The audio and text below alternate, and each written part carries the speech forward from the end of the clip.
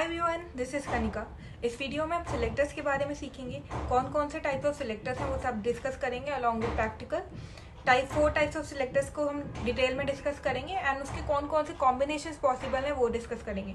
Combinator selectors सीखेंगे जैसे adjacent child selectors, descendant selectors etcetera. तो विदाउट एनी डिले चलते हैं बोर्ड की तरफ। तो इस वीडियो में हम बात करने वाले हैं CSS सिलेक्टर्स की। तो CSS सिलेक्टर्स अलग अलग टाइप्स के होते हैं। पहले बात करते हैं CSS सिलेक्टर होता क्या है। CSS सिलेक्टर ना आपके HTML टैग्स को स्टाइल करने में हेल्प करता है। अब वो कैसे करेगा HTML टैग्स को स्टाइल करने में? CSS सिलेक्टर टारगेट करता है HTML एलिमेंट्स को और उस पर स्टाइल अप्लाई करता है। जैसे कि P टैग पर स्टाइल अप्लाई करना है, A टैग पर स्टाइल अप्लाई करना है, किसी डिव पर स्टाइल अप्लाई करना है। तो ये क्या हो गए हमारे HTML टैग्स। तो ये HTML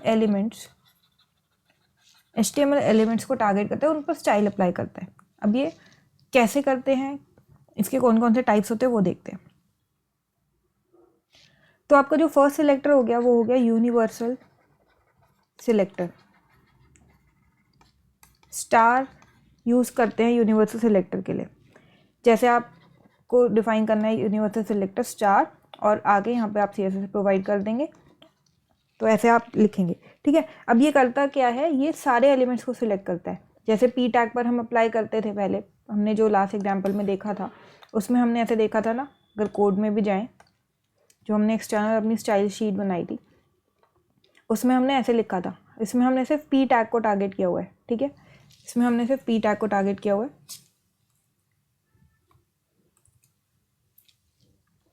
और अगर आप स्टार लिखेंगे तो ये CSS आपकी सारे एलिमेंट्स पर अप्लाई हो जाएगी। एक बार करके देखते हैं। CSS बेसिक्स के अंदर ही चलो यही वाला एग्जांपल यूज़ कर लेते हैं, इसमें सिलेक्टर का भी कर लेते हैं। फॉर एग्जांपल मैंने लिखा, हमारे पास कौन कौन से एलिमेंट्स है अभी, हमारे पास एक P टैग है, एक यहाँ पर मैं बटन भी बना देती हूँ। ठीक है, मैंने बटन बनाया क्लिक मी वाला।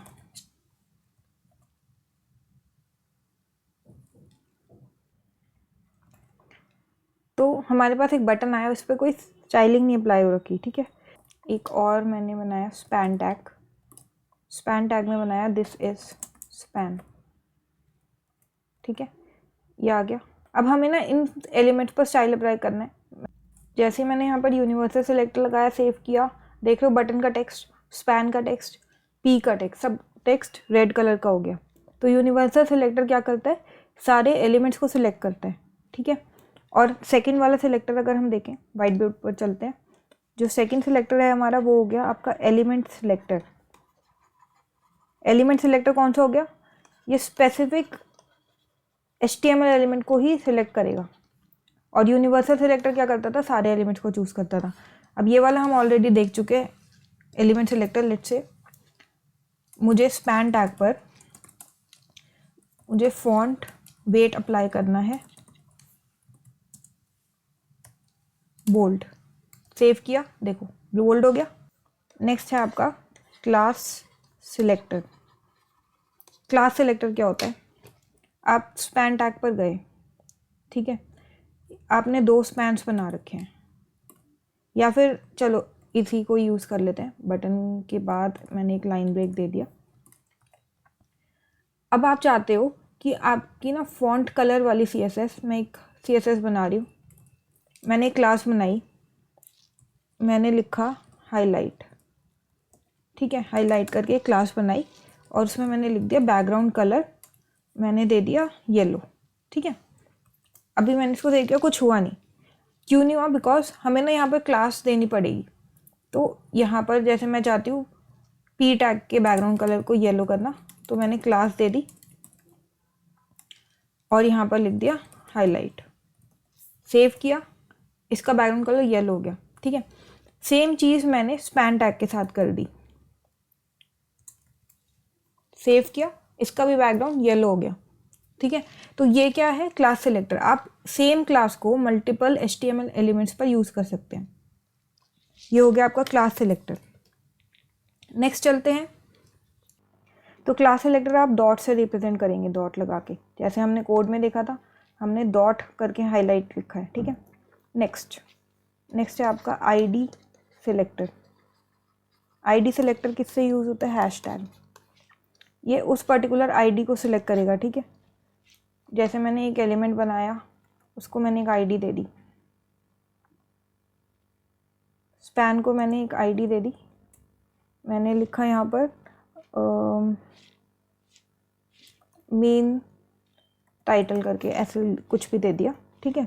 मैं चाहती हूँ ये हमारा मेन टाइटल बन जाए, और मैं यहाँ पर इसकी CSS डिफाइन करूँगी, क्योंकि ये आईडी है तो हम हैश लगा के आगे लिखेंगे मेन टाइटल, ठीक है। मैंने लिखा यहाँ पर इसका फॉन्ट साइज़ कितना हो जाए, लेट्स से 36 पिक्सल्स। सेव किया, इसका साइज़ हो गया 36 पिक्सल, ठीक है। तो ये आपके 4 बेसिक सिलेक्टर्स थे जो मेन है, ठीक है। फर्स्ट हो गया यूनिवर्सल सिलेक्टर, स्टार से डिनोट करेंगे। Element selector HTML tag name से डिनोट होगा। Class selector and ID selector, ठीक है। अब इन सब का ना कॉम्बिनेशंस भी बन सकता है। कॉम्बिनेटर्स की अगर बात करें तो उसमें फर्स्ट आपका आता है डिसेंडेंट सिलेक्टर। डिसेंडेंट सिलेक्टर क्या करता है, एक आपका एलिमेंट है, उसके इनसाइड जो एक और एलिमेंट है ना, उसको चूज करेगा, ठीक है। करके देखते हैं। जैसे यहाँ पर हमने एक डिव क्रिएट कर दिया, मैं इसको हटा देती हूँ, इन सबको कमेंट कर दिया, ठीक है। मैंने एक डिव क्रिएट करा, उस पर क्लास दे दी बॉक्स, ठीक है। उसके अंदर मैंने पी टैग क्रिएट किया। पी टैग में मैंने लिखा इनसाइड डिव। अभी हमारा सिर्फ यही आ रहा है, इनसाइड डिव, ठीक है। पी टैग की रेड CSS यहाँ से आ रही है, यूनिवर्सल सिलेक्टर से, तो अभी इसको भी हटा देते हैं। अभी ब्लैक आ रहा है, ठीक है। मैं चाहती हूँ कि इस डिव के अंदर जो पी टैग है ना, एक ही बाहर वाला पी टैग था, ये रहा। अगर इसको अनकमेंट करें, बाहर वाले CSS, इन सब की CSS अभी के लिए हटा दी मैंने, ठीक है। स्पैन एंड बटन को मैं रिमूव कर रही हूँ ताकि कोई कंफ्यूजन ना हो। अब हमारे पास एक पी टैग है, ठीक है, और एक डिव है। इसका स्ट्रक्चर ऐसे है। अब मैं चाहती हूँ कि पी टैग पर CSS अप्लाई हो, पर उस वाले पी टैग पर जो डिव के अंदर है, ठीक है। तो इसके लिए हम क्या करेंगे, हम कॉम्बिनेशन यूज़ करेंगे। हम लिखेंगे CSS में डिव, और डिव के अंदर जो पी टैग है, तो ऐसे करके लिखेंगे हम, उस पर ही सिर्फ रेड कलर अप्लाई हो। सेव किया तो सिर्फ इसी वाले पी पर रेड कलर अप्लाई हुआ है, ठीक है। इसको बोलते हैं कॉम्बिनेटर सिलेक्टर, डिसेंडेंट सिलेक्टर बोलते हैं इसको, जो हमने ऐसे करके लिखा है कि डिव के अंदर पी टैग, ठीक है।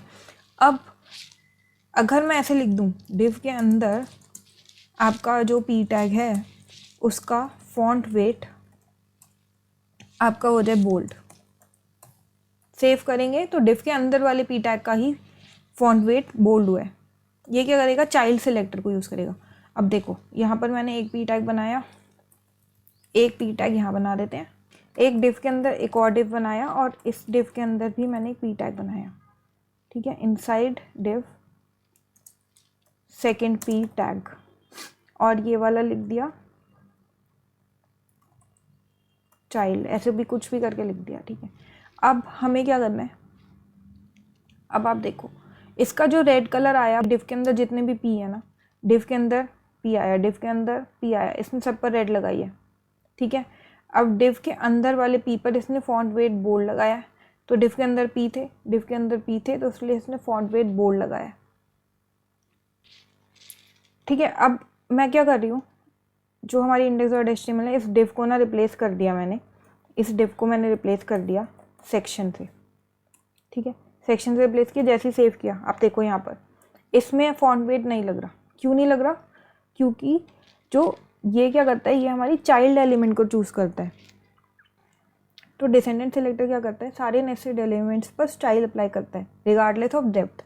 तो डिव के अंदर पी था, ये सेक्शन के अंदर पी था, पर ये है तो डिव के अंदर ही ना, तो इसलिए इसने यहाँ वाले पी पर भी इसने अपने स्टाइल अप्लाई कर दिया, उसको रेड कर दिया, ठीक है, उसको रेड कर दिया। बट इसने क्या किया, ये सिर्फ इमीडिएट जो उसका चाइल्ड है ना, उसको ही अप्लाई कर रहा है, उस पर ही अप्लाई कर रहा है CSS, जो उसका डायरेक्ट चाइल्ड एलिमेंट है। जैसे डिव के अंदर P था, इसने सिर्फ इन दोनों P पर ही अपना फॉन्ट वेट अप्लाई किया है, ठीक है। तो ये था इसका इन दोनों में डिफरेंस। तो अगर हम वाइट बोर्ड पर चलें वापस एंड बात करें डिसेंडेंट सेलेक्टर की, तो डिसेंडेंट सेलेक्टर क्या करता है, ये करता है select all elements inside another element. जितने भी इसमें एलिमेंट होंगे, जैसे इसके अंदर यहाँ पर एलिमेंट है या इसके अंदर यहाँ पर एलिमेंट है, लेट्स से हमने P टैग पर अप्लाई करा, P टैग यहाँ है, तो इस सब पर अब स्टाइल अप्लाई कर देगा। तो ये हो गया आपका डिसेंडेंट सेलेक्टर। इसका एग्जांपल के लिए div P और आगे CSS, ये आपका एग्जांपल हो गया, ठीक है। Descendant selector. इसके बाद सेकंड सेलेक्टर जो हमने देखा वो हमने देखा था चाइल्ड सेलेक्टर। चाइल्ड सेलेक्टर में A और ये वाला एरो यूज़ करके B, ये क्या करेगा, ये सिलेक्ट करेगा सिलेक्ट्स डायरेक्ट चिल्ड्रन, ठीक है। ये डीपर लेवल पे काम नहीं करता, तो नॉट डीपर लेवल्स, तो डीपर लेवल को ये चूज़ नहीं करेगा। जो भी A है उसका जो भी डायरेक्ट चाइल्ड होगा B, ये सिर्फ उस पर ही स्टाइल अप्लाई करेगा। अगर कोई उसके अंदर हमने P टैग बनाया है या जो भी B चाइल्ड बनाया है उस पर ही स्टाइल अप्लाई नहीं करेगा, सिर्फ डायरेक्ट चाइल्ड पर स्टाइल अप्लाई होगी। नेक्स्ट बात करते हैं adjacent sibling selector, A+B। Name से ही समझ आ रहा है एडजेसेंट सिबलिंग। एडजेसेंट सिबलिंग मतलब इमीडिएट नेक्स्ट सिबलिंग। जो भी इसका इमीडिएट नेक्स्ट सिबलिंग है ना, उस पर ये स्टाइल अप्लाई कर देगा। एग्जाम्पल देखते हैं। एग्जाम्पल के लिए मैंने इन सबको कमेंट किया, ठीक है, अपनी सारी स्टाइल्स क्लियर करी। अब हम एक नया एलिमेंट बनाते हैं। हमने बनाई H1 हेडिंग, ठीक है। यहाँ पर मैंने बनाया एक P टैग जिसमें मैंने लिखा सिलेक्टेड, स्पेलिंग गलत हो गई है, सिलेक्टेड, ठीक है। P टैग बनाया। अब यहाँ पर एक और P टैग बनाया, इसमें मैंने लिखा नॉट सिलेक्टेड, यार स्पेलिंग गलत हो रही है, नॉट सिलेक्टेड, ठीक है। अब ये दो हमारे पास, एक हेडिंग है, एक सिलेक्टेड, एक नॉट सिलेक्टेड। तो अब ये हमारे पास तीनों सिबलिंग्स हैं, ठीक है। मैं चाहती हूँ कि H1 के सिबलिंग पर P टैग पर ग्रीन कलर लगे बट इस नॉट सिलेक्टेड पर ना लगे। मतलब H1 के सिबलिंग ये है, H1 का सिबलिंग ये है, बट इन दोनों ही H1 के सिबलिंग्स हैं, पर मैं चाहती हूँ सिर्फ इमीडिएट जो उसका नेक्स्ट वाला सिबलिंग है सिर्फ उस पर ही अप्लाई हो CSS। उसके लिए हम क्या लिखेंगे, H1 + P, colour green. Save किया तो ये देखो सिर्फ H1 के इमीडिएट नेक्स्ट सिबलिंग पर ही CSS अप्लाई हुई है। तो यही हमने देखा था एडजेसेंट सिबलिंग में, ठीक है। अब बात करते हैं next, which is general sibling selector. तो जनरल सिबलिंग सिलेक्टर में क्या होता है, इसको लिखेंगे कैसे, टिल्ड सिंबल से। टिल्ड सिंबल कहाँ पर है, आपके एस्केप की के नीचे वाला, ठीक है। तो जनरल सिबलिंग सिलेक्टर हम ऐसे लिखते हैं, लेट्स से बोर्ड वापस चलते हैं अपने कोड में। ये 3 है, ठीक है। इस पर हमने ग्रीन कलर अप्लाई किया हुआ है, ये हमने क्या करा था एडजेसेंट सिबलिंग सिलेक्टर से। इसको अगर मैं हटा के अपना टिल्ड सिंबल लगा दूं, ठीक है, और सेव करूं तो दोनों पर हो गया। तो ये क्या करेगा, ये सिर्फ इमीडिएट नेक्स्ट को नहीं करेगा, ये सबको चूज कर लेगा, सब पर CSS अप्लाई कर देगा। एक बार चलते हैं, रिवाइज करते हैं हमने क्या क्या सीखा। हमने सबसे पहले सीखा 4 टाइप के सिलेक्टर सीखे। यूनिवर्सल सिलेक्टर, स्टार करके सब पे CSS अप्लाई हो जाएगी, ये सारे एलिमेंट्स पर CSS अप्लाई कर देता है। फिर हमने सीखा एलिमेंट सिलेक्टर, टैग नेम के बेसिस पर सिलेक्टर यूज़ कर सकते हैं और उसके बेसिस पर उस पर्टिकुलर टैग पर CSS अप्लाई हो जाएगी। देन हमने सीखा क्लास सिलेक्टर। क्लास सिलेक्टर हम मल्टीपल सेम क्लास, बाकी सारी जितने भी जहाँ पर हमें CSS अप्लाई करनी है उस क्लास को यूज़ कर सकते हैं। हम डॉट करके क्लास नेम डिफाइन करेंगे और आगे उसकी CSS डिफाइन करेंगे उसके अंदर, और क्लासेस सेम क्लास को हम मल्टीपल टैग्स पर यूज़ कर सकते हैं। नेक्स्ट हमने सीखा आईडी सिलेक्टर, क्लास की तरह ही है बट आईडी एक पर्टिकुलर एलिमेंट पर लगेगी, तो इसलिए आईडी सिलेक्टर। आईडी सिलेक्टर के लिए हम हैशटैग का यूज़ करेंगे। फिर ये 4 सिलेक्टर्स के बाद हमने देखा कि हम इनको कंबाइन भी कर सकते हैं। कंबाइन के लिए हमने देखा कि डिसेंडेंट सिलेक्टर यूज़ हो सकता है, जो क्या करेगा, जितने भी उसके अंदर एलिमेंट्स हैं ना, डेप्थ कंसिडर नहीं करेगा, चाहे वो कहीं पर भी हो इनसाइड, पर ए के नीचे जितने भी बी टाइप के एलिमेंट्स हैं उन सब पर ये CSS अप्लाई कर देगा। ये क्या करेगा, डिसेंडेंट सिलेक्टर। ठीक है, हम ऐसे डिफाइन करते हैं without any operator in between. ठीक है, नेक्स्ट हमने देखा चाइल्ड सिलेक्टर। चाइल्ड सिलेक्टर के लिए हम ये वाला सिंबल यूज़ कर लेंगे। चाइल्ड सिलेक्टर क्या करेगा, जितने भी उसके डायरेक्ट चाइल्ड हैं उन पर CSS अप्लाई करेगा, डीपर लेवल्स पर ये नहीं जाता। ठीक है, नेक्स्ट हमने देखा एडजेसेंट सिबलिंग। 3 टैग्स हैं, 3 एक दूसरे के हमने एग्जाम्पल देखा था, 3 सिबलिंग्स हैं। फॉर एग्जाम्पल ये वाला केस, ये हमारे 3 सिबलिंग्स थे। हमने देखा था कि हमें सिर्फ इस वाले पर्टिकुलर एलिमेंट पर स्टाइल अप्लाई करना है, उसके लिए हमने एडजेसेंट सिबलिंग का यूज़ किया। अगर हम सब पर अप्लाई करना चाहते हैं, सारे सिबलिंग्स पर, तो हम जनरल सिबलिंग सिलेक्टर का यूज़ करेंगे। I hope this is clear. तो फर्स्ट वीडियो में हमने देखा था CSS डिफाइन करने के क्या क्या टाइप्स होते हैं, इनलाइन, इंटरनल एंड एक्सटर्नल। इस वीडियो में हमने देखा सिलेक्टर्स कैसे यूज़ करते हैं। अब नेक्स्ट वीडियो में हम सीखेंगे कि हम फॉन्ट की और टेक्स्ट की प्रॉपर्टीज़ कौन कौन से डिफाइन कर सकते हैं। So thank you guys for watching this video. If you have any kind of doubt, you can comment it down in the comment section below. Thanks for watching. See you in the next video. Bye for now.